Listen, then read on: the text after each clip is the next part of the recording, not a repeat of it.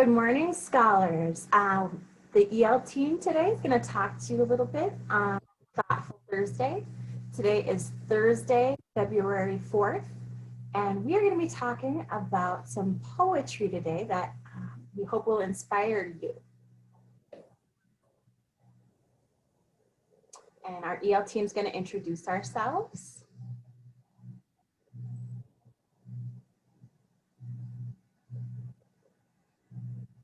Starting with Miss Sai. Hi, I'm Miss Sai. Hi, I'm Miss Ogawa. Hello, I'm Mr. George. Hi, I'm Mr. Yaku. And hi, I'm Miss Sandy. Hi, I'm Miss Danowitz, and Miss Beskova couldn't join us for our filming, but she is with us here in spirit.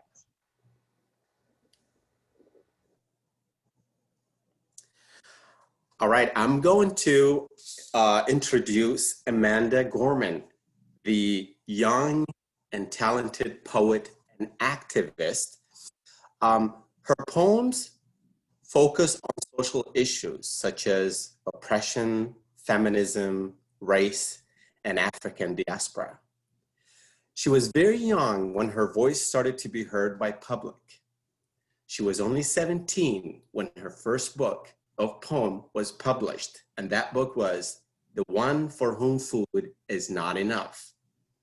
She was the first person to be named the National Youth Poet Laureate. Her books are coming. So two of her books are coming out this year, Change Things and The Hill We Climb.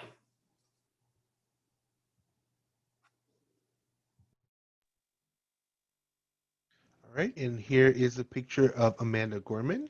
And as you can see on the left side, that is our new president, Joe Biden. Many times we may find ourselves too shy to speak out about matters that are dear to our hearts.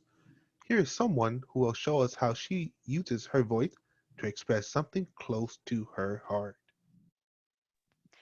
Boys and girls, before we hear from Miss Gorman, we want you to pay close attention to some very important words. The key words are voice, unfairly, worth, racism, and speak out.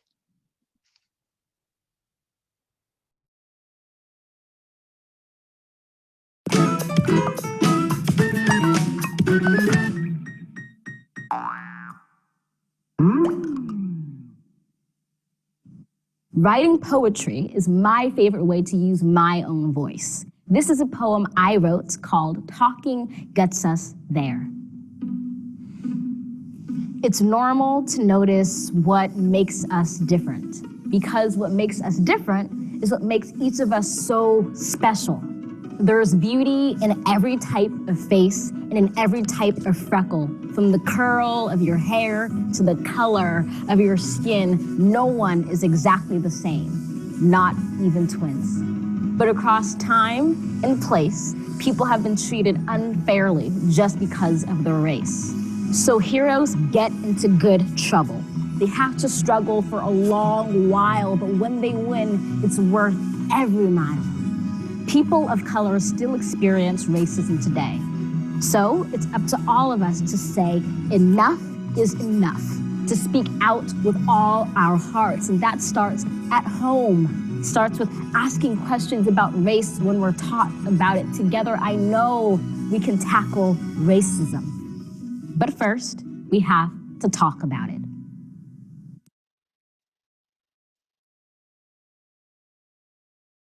Watch your favorite shows anytime on PBS. Go ahead. So, boys and girls, after listening to Gorman's poem, Talking Gets Us There, in order to help Miss Agawa and I better understand the main idea, we will use this chart. We hope that as you were listening to her poem, you heard these very 5 important words. They are voice, unfairly, worth, racism, and speak out. If you look at this chart, how it's organized, the first column says vocabulary. That's basically those keywords. The middle column has the pictures that matches what we visualize, what the vocabulary is. And the last column is evidence. Evidence is basically where we can prove where we heard it or where we got the vocabulary word from. So starting with voice, when I think of the word voice, I visualize the picture right here. It is a microphone because it tells who am I? That is my voice. Okay. And then where did I hear it from? This is what she said in her poem. Writing poetry is my favorite way to use my own voice. The second word here is unfairly. The picture that I visualize here is one person trying to pull 3 people on his or her own. That just doesn't look right or sound right at all.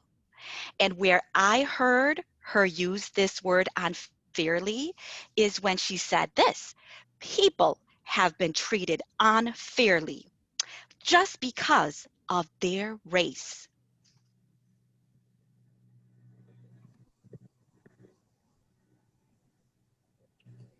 The next word on the left column is worth. Now you see a picture of a scale in the middle. We use a scale when we want to see if 2 things are equal in value. Now Ms. Gorman used the word worth this way. Worth every mile. She compared the mile we go when we fight against racism, then that is worth with our effort. The second word on the left column is racism. And you see the picture of Martin Luther King in the middle. And Ms. Gorman used the word this way. People of color still experience racism today. Now the last word is speak out. You see the picture of a person speaking and there is a mark for the sound coming out. Ms. Gorman used this word this way. Speak out with all our hearts. When we put our thoughts into words and speak out, we share, and we share from all our hearts.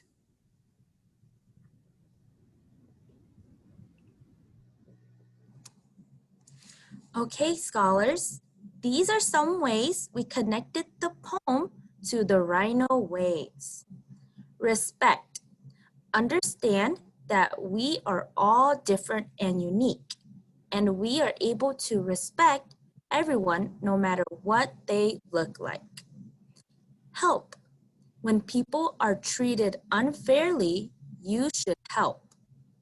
Inspire. Use your voice to inspire others.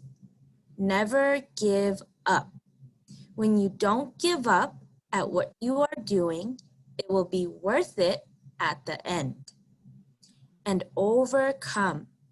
If you speak out and let others hear what is coming from your heart, you will be able to overcome anything.